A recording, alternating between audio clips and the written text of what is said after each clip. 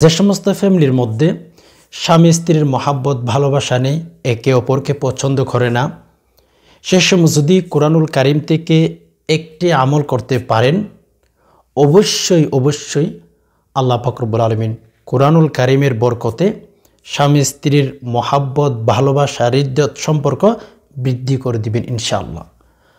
আপনার যদি প্রয়োজন মনে করে থাকেন তাহলে ভিডিওটি কন্টিনিউ করতে পারেন।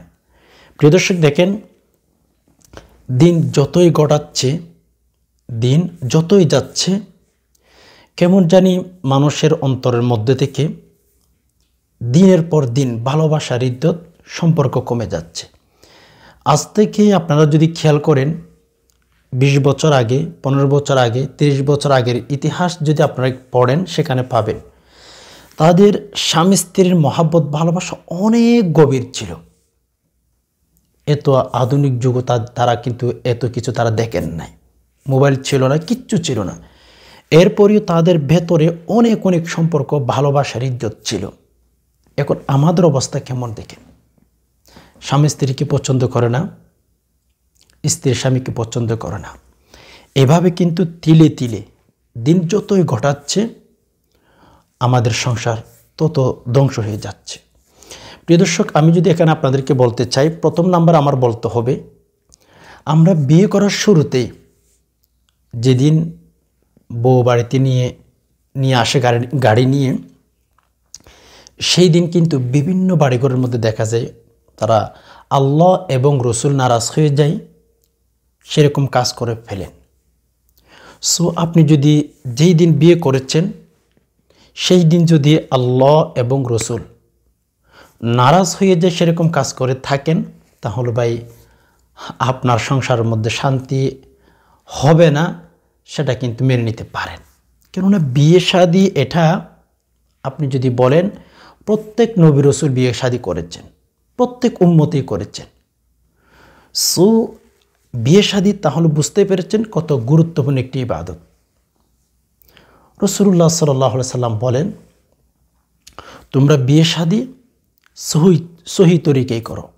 আর আমরা যদি সেখানে গান বাদ্য বাজানা দিয়ে নাপাক করে ফেলি, গুরুত্বপূর্ণ একটি ইবাদতের মধ্যে যদি আমরা গান বাদ্য বাজানা নায়ক নিয়ে আসি, নাটক করে থাকি ইত্যাদি অনেক কিছু, এগুলো যদি ভাই করে থাকেন, তাহলে বিয়ে শাদী যখন হয়ে যাবে 1 মাস 2 মাস 1 বছর 2 বছর যেতে না যেতে কিন্তু আপনার সংসারের মধ্যে তিলে তিলে কষ্ট নেমে আসবে। আল্লাহ, এটাই চিরসত্য। সেজন্য সম্মানিত দিনী ভাই বোন, যদি যে সমস্ত ভাই বোন বিয়ে শাদী করেই ফেলেছেন, আমি আপনাদেরকে বলবো, যারা বিয়ে শাদী করার সময় গান বাদ্য বাজনা করে বিয়ে শাদী করেছেন, এখন সংসারের মধ্যে অশান্তিতে আছেন, আমি আপনাদেরকে বলবো ভাই তাওবা করেন। হয়তো আল্লাহ তাআলা নারাজ হয়ে গেছেন বিয়ে শাদী করার সময়, একটু যদি স্বামী স্ত্রী মিলে তাওবা করতে পারেন, আল্লাহ পাক রব্বুল আলামিন হয়তো তাওবা কবুল করে আপনার সংসারের মধ্যে শান্তি দিতে পারেন। স্বামীর অন্তরের মধ্যে স্ত্রীর মহাব্বত, স্ত্রীর মনের মধ্যে স্বামীর মহাব্বত আল্লাহ পাক রব্বুল আলামিন অ্যাকচুয়ালি দিতেই পারেন। তবে আমরা হরহামেশাই কিন্তু বাড়িঘরের মধ্যে আল্লাহ এবং রসুল নারাজ হয়েছে সেরকম কাজ করতে যাচ্ছি। ইন্টেনশন করি না আমরা যে আমাদের মৃত্যুবরণ করতে হবে, আমাদের কবরের জগৎ রয়েছে, হাসরের জগৎ রয়েছে, আমাদের আল্লাহ পাক রব্বুল আলামিনের সামনে দাঁড়াইতে হবে, এই যে কথাগুলি কিন্তু আমরা চিন্তাও করি না। সো আমরা সে কারণে কিন্তু সংসারের মধ্যে শান্তিতে নাই ভাই। সেজন্য আমি বলবো, যে সমস্ত ভাই বোনেরা বিয়ে শাদী করেই ফেলেছেন, বিয়ে শাদী করার সময় গান বাদ্য বাজারা করেছেন, করলে আপনি তাওবা করেন। কেননা আত্মা ইবু মিনা দাম্বি কামাল্লা দাম্বালা, রাসূলুল্লাহ সাল্লাল্লাহু আলাইহি ওয়াসাল্লাম বলেন, যে সমস্ত নারী পুরুষ গুনাহ করার পরে তাওবা করে, আল্লাহ পাক রব্বুল আলামিন তাদেরকে এমনভাবে পরিষ্কার পরিচ্ছন্নত করে দেন তাদের আমল নামাটা, যে তারা এর আগে যেন কোনো গুনাহ করে নাই। সেজন্য ভাই, যদি বিয়ে শাদী করার সময় আপনি না বুঝে বা শয়তানের দুকায় পড়ে, বন্ধু বান্ধবের দুকায় পড়ে আপনি গান বাদ্য বাজানো করে বিয়ে শাদী করেছেন, মেবি আমি আপনাকে বলবো তাওবা করেন স্বামী স্ত্রী দুজন মিলে। আল্লাহ তাআলা হয়তো অসন্তুষ্ট হয়ে গেছে আমাদের কাজকর্মে, আল্লাহ পাকের কাছে যদি তাওবা করতে পারেন, আল্লাহ পাক রব্বুল আলামিন কবুল করে নেবেন ইনশাআল্লাহ। এরপরে যদি দেখেন আপনি নামাজ না পড়ে থাকেন, নামাজ পড়তে হবে। স্ত্রী যদি নামাজ না পড়ে, ওনাকে বোঝাইতে হবে। স্বামী যদি নামাজ না পড়ে, বোঝাইতে হবে। দেখবেন এই বিষয়গুলো যদি মেনটেন করতে পারেন, ইনশাআল্লাহ আল্লাহ পাক রব্বুল আলামিন সংসারের মধ্যে বরকত দান করবেন, ইবের রহমত দান করবেন ইনশাআল্লাহ। আমাদের ভাই বোনদের উচিত বিয়ে শাদী করার পরে যখন যৌবন থাকে তখন ইবাদত বন্দেগী বেশি বেশি করা। কেননা হাদিস কোরআন পাবেন, একজন যুবকের ইবাদত যদি এক পাল্লার মধ্যে রাখা হয়, যৌবনকালের ইবাদত আল্লাহ পাক রব্বুল আলামিনের কাছে অনেক অনেক পছন্দনীয়। অবশ্যই যে সমস্ত যুবক যুবতীরা রয়েছেন বেশি বেশি নামাজ পড়বেন, ইবাদত বন্দেগী করবেন, তাহলেই কিন্তু সংসারের মধ্যে আল্লাহ পাক রব্বুল আলামিন রহমত দিবেন। দেখেন রাসূলুল্লাহ সাল্লাল্লাহু আলাইহি সাল্লামের হাদিস আপনি রিসার্চ করলে বুঝতে পারবেন, যদি একজন যুবক অথবা যুবতীর ইবাদত এক পাল্লার মধ্যে রাখা হয়, আর এই যে সারা পৃথিবী যদি এক পাল্লার মধ্যে রাখা হয়, রব্বে কাবার কসম যুবকের ইবাদতের ওজন বেশি হবে। এত পছন্দনীয় যুবকের ইবাদত, যুবতীর ইবাদত। কেননা আল্লাহ পাক রব্বুল আলামিন একজন যুবক যখন ইবাদত বন্দেগী করে থাকে, আল্লাহ পাক রব্বুল আলামিনকে ভয় করে গুনাহের কাজ না করে থাকে, তখন সেই যুবক জমিনের উপর দিয়ে যখন চলাচল করে, আল্লাহ পাক রব্বুল আলামিন ওই যুবককে দেখা, ওই যুবতীকে দেখা গৌরব করে ফেরেশতাদের সামনে। আল্লাহ ডাক দিতে থাকে, যুবক তোর কারণে কিন্তু আজকে পারতেছি না, না হয় আমি আসমান ধ্বংস করে দিতাম, না হয় আমি জমিন ধ্বংস করে দিতাম। হাই হাই যুবক, তোর কারণে কিন্তু আমি পারতেছি না। এ কথা আল্লাহ তাআলা বলতেই থাকেন। সেজন্য যেহেতু যৌবনকালের ইবাদত আল্লাহ পাক রব্বুল আলামিনের কাছে বেশি পছন্দনীয়, আমাদের উচিত যৌবনকালে বেশি বেশি ইবাদত বন্দেগী করা। যৌবনকালে যদি ইবাদত বন্দেগী করে সময়টা অতিবাহিত করতে পারেন, তাহলে ভাই আল্লাহ পাক রব্বুল আলামিন সংসারের মধ্যে শান্তি দান করবেন। এখন দেখা যায় বিয়ে শাদী করেছেন, আলহামদুলিল্লাহ, একটা ইবাদত, একটা সুন্নাহ আপনি পরিপূর্ণ করেছেন। সো স্বামী স্ত্রী দুইজনের বেশি বেশি কিন্তু নামাজ পড়তে হবে। এখন অনেক সংসারের মধ্যে দেখা যায় স্বামী স্ত্রী দুইজন মিলে গান বাদ্য বাজানো এগুলো করতে থাকে, এগুলো দেখতেই থাকে মোবাইলের মধ্যে বা বিভিন্ন রঙিন টেলিভিশনের মধ্যে। তো ভাই আপনি যে বাসায় বসে বসে স্বামী স্ত্রী দুইজন মিলে মিলে গান দেখতেছেন, রঙিন টেলিভিশন দেখতেছেন, অবৈধ নারী পুরুষের মিলামিশা গান বাদ্য বাজানো এগুলো দেখতেছেন, তো আল্লাহ তাআলা আপনার সংসারের মধ্যে শান্তি কি জন্য দিবেন? অশান্তি তো দিবেন। সেজন্য আমি বলবো স্বামী স্ত্রী দুইজনের অবশ্যই কন্টিনিউ নামাজ পড়তে হবে। এখন তো ভাই দেখা যায় স্বামী স্ত্রী নামাজই পড়ে না। তো বাড়ির মধ্যে যদি নামাজ না পড়েন, ফজর নামাজ যদি না পড়েন, জোহরের নামাজ যদি না পড়েন, শান্তি আসবে কি জন্য? শান্তি তো শুধুমাত্র কেবলমাত্র ওই যে আসমান থেকে আপনার আনতে হবে, নাকি জমিন থেকে উপর উঠবে? নো, শান্তি জিনিসটা আল্লাহ পাক রব্বুল আলামিনের কাছ থেকে উপর থেকে নিচে আনতে হবে, আসমানের দরজা খুলে নিয়ে আসতে হবে। সেজন্য আমি বলবো অবশ্যই স্বামী স্ত্রী দুইজনের কিন্তু সংসারের মধ্যে যদি শান্তি পেতে চান, কন্টিনিউ নামাজ পড়তে হবে। নামাজ নামাজ নামাজ। রাসূলুল্লাহ সাল্লাল্লাহু আলাইহি সাল্লাম ইন্তেকাল করতেছিলেন, তখন আস-সালাহ আস-সালাহ ওয়া মা মালাকাত আইমানুকুম, নামাজের কথা চিৎকার দিয়ে দিয়ে কিন্তু নবীজি দুনিয়া থেকে বিদায় হয়ে গেছেন। সেজন্য সম্মানিত দিনী ভাই বোন, আমাদের নামাজ পড়তে হবে ভাই। নামাজ যদি না পড়েন তাহলে চরম বলের মধ্যে আছেন, সংসারের মধ্যে কখনো শান্তি পাবেন না। প্রিয় দর্শক, দেখেন অনেক সংসারের মধ্যে দেখা যায় স্বামী স্ত্রী দুইজন মিলে ঘুমিয়ে থাকে, ফজর নামাজের খবর থাকে না, অথচ মুয়াজ্জিন সাহেব আযান দিয়ে থাকে আস-সালাতু খায়রুম মিনান নাওম, আস-সালাতু খায়রুম মিনান নাওম, ঘুমের চেয়ে কিন্তু নামাজ উত্তম।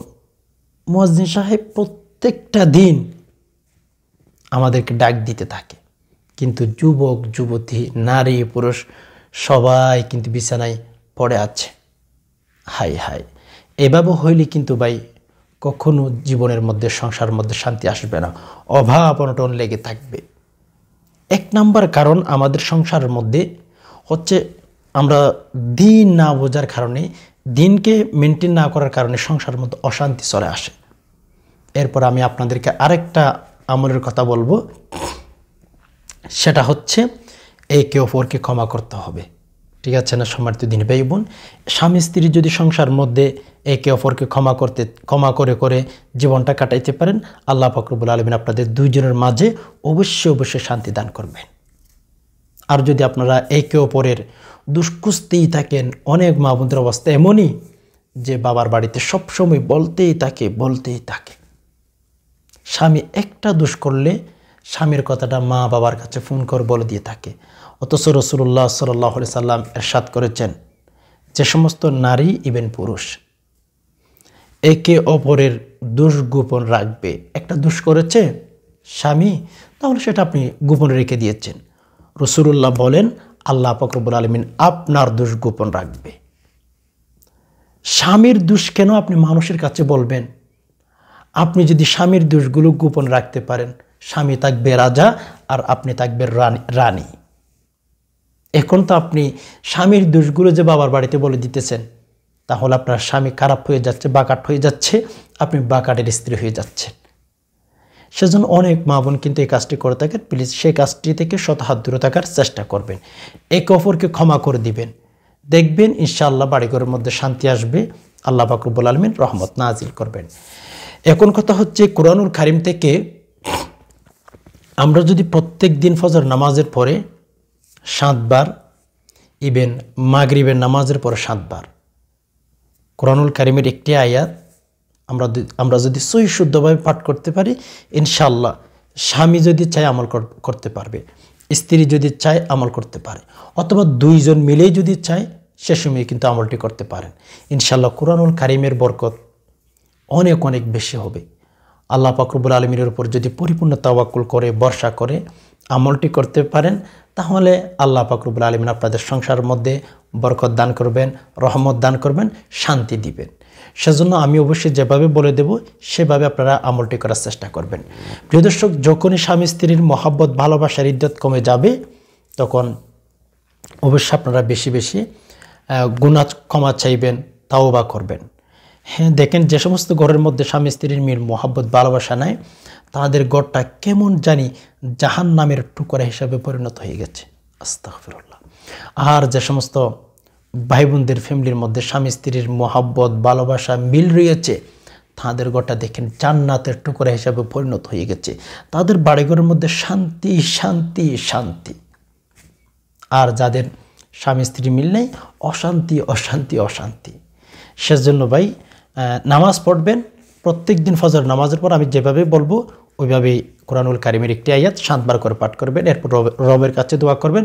দেখবেন আল্লাহ পাক রব্বুল আলামিন আপনার স্বামীকে ভালো করে দিয়েছেন, আর আপনার স্ত্রী যদি খারাপ হয়ে থাকে আপনার স্ত্রীকে ভালো করে দিবেন। দুইজনের মাঝখানে আল্লাহ পাক মহাব্বত, ভালোবাসার ইদ্যত বৃদ্ধি করে দিবেন।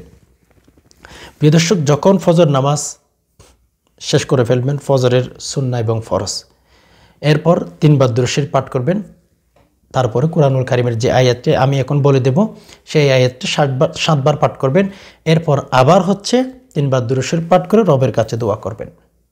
হুবহু তেমনিভাবে মাগরিবের নামাজ, ফরজ নামাজ আদায় করার পরেই আপনি হচ্ছে 3 বার দুরূদ শরীফ পাঠ করবেন। অনেক দুরূদ শরীফের কথা রয়েছে, সাল্লাল্লাহু আলাইহি ওয়াসাল্লাম, অনেক দুরূদ শরীফের কথা রয়েছে। হ্যাঁ, এরপর হচ্ছে আপনি কি করবেন, মাগরিবের নামাজের পর দুরূদ শরীফ 3 বার পাঠ করে কোরআনুল কারীমের এখন যে আয়াতটি আমরা শিখে নেব, সেই আয়াতটি 7 বার তেলাওয়াত করবেন। 7 বার তেলাওয়াত করার পরে আবার 3 বার দুরূদ শরীফ পাঠ করে রবের কাছে দোয়া করবেন। এভাবে আপনি যতদিন পর্যন্ত চান ততদিন আমল করতে পারেন।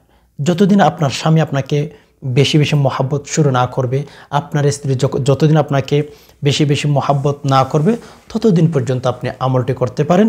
ইনশাআল্লাহ যদি নিয়ত ঠিক থাকে, আল্লাহ পাক রব্বুল আলামিন স্বামী স্ত্রীর ভালোবাসা, ইদ্যত সম্পর্ক বৃদ্ধি করে দিবেন 100%। কারণ ভাই কোরআনুল কারীমের এই আমল করে আপনি কখনো ব্যর্থ হবেন না।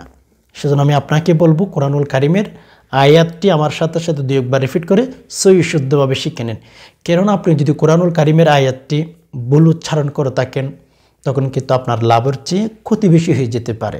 সো কোরআনুল কারীমের আয়াতটি দুই একবার রিপিট করেন আবার সাথে সাথে। আয়াতটি হচ্ছে বিসমিল্লাহির রহমানির রহিম ওয়া ইন খিফতুম শিকাক বাইনিহিমা ফাবআথু হাকামান মিন আহলিহি ওয়া হাকামান মিন আহলিহা ইন ইউরিদা ইসলাহাই ইউওয়াফিকিল্লাহু বাইনাহুমা ইন্নাল্লাহা কানা আলিমান খবীরা ওয়া ইন খিফতুম শিকাক বাইনিহিমা ফাবআথু হাকামান মিন আহলিহি ওয়া হাকামান মিন আহলিহা ইন ইউরিদা ইসলাহান ইউওয়াফিকিল্লাহু বাইনাহুমা ইন্নাল্লাহা কানা আলিমান খবীরা। এ হচ্ছে আয়াত। সহি শুদ্ধভাবে শিখে নেবেন। ওয়া ইন খিফতুম শিকাক বাইনিহিমা ফাবআথু হাকামান মিন আহলিহি ওয়া হাকামান মিন আহলিহা ইন ইউরিদা ইসলাহান ইউওয়াফিকিল্লাহু বাইনাহুমা ইন্নাল্লাহা কানা আলিমান খবীরা। এ হচ্ছে আয়াত। আমি যেভাবে উচ্চারণ করে দিচ্ছি ওইভাবে যদি উচ্চারণ করতে পারেন ইনশাআল্লাহ আল্লাহ পাক রব্বুল আলামিন স্বামী স্ত্রীর ভালোবাসা হৃদ্যত সম্পর্ক বৃদ্ধি করে দিবেন। দেখবেন অনেক অনেক বেশি মোহাব্বত বৃদ্ধি হয়ে গেছে, ঘরের মধ্যে বাড়ির মধ্যে শান্তি আসতে আছে। সেজন্য যতদিন পর্যন্ত ভালোবাসা বৃদ্ধি না হবে স্বামী স্ত্রীর মাঝখানে দ্বন্দ্ব যেটা শুরু হয়েছে ওইটা যতক্ষণ না শেষ না হবে ততদিন পর্যন্ত আমলটি করবেন। কোরআনুল কারীমের বরকতে আল্লাহ পাক রব্বুল আলামিন আপনার বাড়িগুলোর মধ্যে অহরহর বরকত দান করবেন ইনশাআল্লাহ। তবে দেখেন আপনার কিন্তু পরিপূর্ণ বিশ্বাস থাকতে হবে প্রিয় দর্শক। আপনি যদি কোরআনুল কারীমের আমল করতে চান, আপনার যদি বিশ্বাস না থাকে, আপনি যদি নামাজ না পড়ে থাকেন, হারাম খাবার খেয়ে থাকেন, মানুষের গীবত করে থাকেন, এই যে বিষয়গুলো যদি আপনি করে থাকেন সে সময় যদি কোরআনুল কারীমের আমল করেন তাহলে কখনো আপনার আমলে আপনাকে ফল দিবে না। কেননা আপনি নামাজ পড়েন না ভাই, ফরজ নামাজ ছেড়ে দিয়ে কোরআনুল কারীমের আমল করবেন, এটা কোন ধরনের নিয়ম? কখনো হতে পারে না। সো আমি আপনাকে বলবো কোরআনুল কারীমের আমল করেন। কোরআনুল কারীমের আমল করবেন তো নামাজ পড়তে হবে, বাস, এছাড়া কোনো কথা নেই। সেজন্য নামাজ পড়বেন কন্টিনিউ। যদি নামাজ সামনে বিগত জীবনের মধ্যে ছেড়ে দিয়েছেন সেরকম হয়ে থাকে তাওবা করবেন, কাজ আদায় করবেন, পাশাপাশি এই আমলটি করবেন। সম্মানিত দিনী ভাই বোন, ইনশাআল্লাহ আল্লাহ পাক রব্বুল আলামিন সংসারের মধ্যে বরকত রহমত দিয়ে পরিপূর্ণ করে দিবেন ইনশাআল্লাহ। সাহাবীদের ঘরের মধ্যে তেমন কিছু ছিল না, খাবার মতো জিনিস নাই, পরিধান করার মতো তেমন দামি কাপড় নাই। এরপর তাদের জীবনে পড়ে দেখেন অশান্তি বলতে রব্বে কাবার কসম তাদের জীবনের মধ্যে কিচ্ছু ছিল না। তাদেরকে যদি আপনি অশান্তি বুঝাইতে চান তাহলে আপনার হাতে ধরে ধরে বুঝাইতে হবে অশান্তি এই জিনিসটার নাম। আর আপনি অশান্তি চিনতেন না তারা। সেজন্য দিন বোঝার চেষ্টা করবেন, দিন মতো নিজেকে চলার চেষ্টা করবেন, দেখবেন অটোমেটিক্যালি আল্লাহ পাক রব্বুল আলামিন দুজনের মহাব্বত বৃদ্ধি করে দিয়েছেন। আশা করি বিষয়টি বুঝতে পেরেছেন। আল্লাহ পাক রব্বুল আলামিন সকল মুসলিম উম্মাহের স্বামী স্ত্রীর পরিবারের মধ্যে স্বামী স্ত্রীর দুইজনের মাঝখানে ভালোবাসার ইদ্যত সম্পর্ক বৃদ্ধি করে দিন, আমিন। সম্মানিত দিনী ভাই বোন, ভিডিওটি যদি দেখে ভালো লেগে থাকে অবশ্যই একটি লাইক দিয়ে ভিডিওটি অন্যান্য মুসলিম ভাই বোনদের মধ্যে শেয়ার করে দিবেন। কারণ হচ্ছে আপনার শেয়ার মধ্যে দিয়ে যদি কোনো দিনী ভাই বোন এই যে আমলটি জেনে নিতে পারে, কোরআনুল কারীম থেকে যদি আমল করতে পারে, আল্লাহ তাআলা আপনাকে অবশ্যই নেকি দান করবেন, গুনাহ ক্ষমা করে দিবেন। সেজন্য ইখলাসের নিয়তে সওয়ার আশায় ভিডিওটি শেয়ার করে দিবেন। এই ছিল এলিমেলি বিক্ষিপ্ত কিছু আলোচনা। এতক্ষণ পর্যন্ত যে সমস্ত ভাই বোন সময় দিয়ে সবর করে ভিডিওটি দেখছেন, আল্লাহ তাআলা আপনাদের সকলকে শান্তিতে রাখুক, নিরাপদ রাখুক, আমিন। হাদা মা ইনদি ওয়াল ইলমু ইনদাল্লাহ আলাইহি তাওয়াক্কালতু ওয়া ইলাইহি উনীব। ওয়াসসালামু আলাইকুম ওয়া রাহমাতুল্লাহি ওয়া বারাকাতুহু।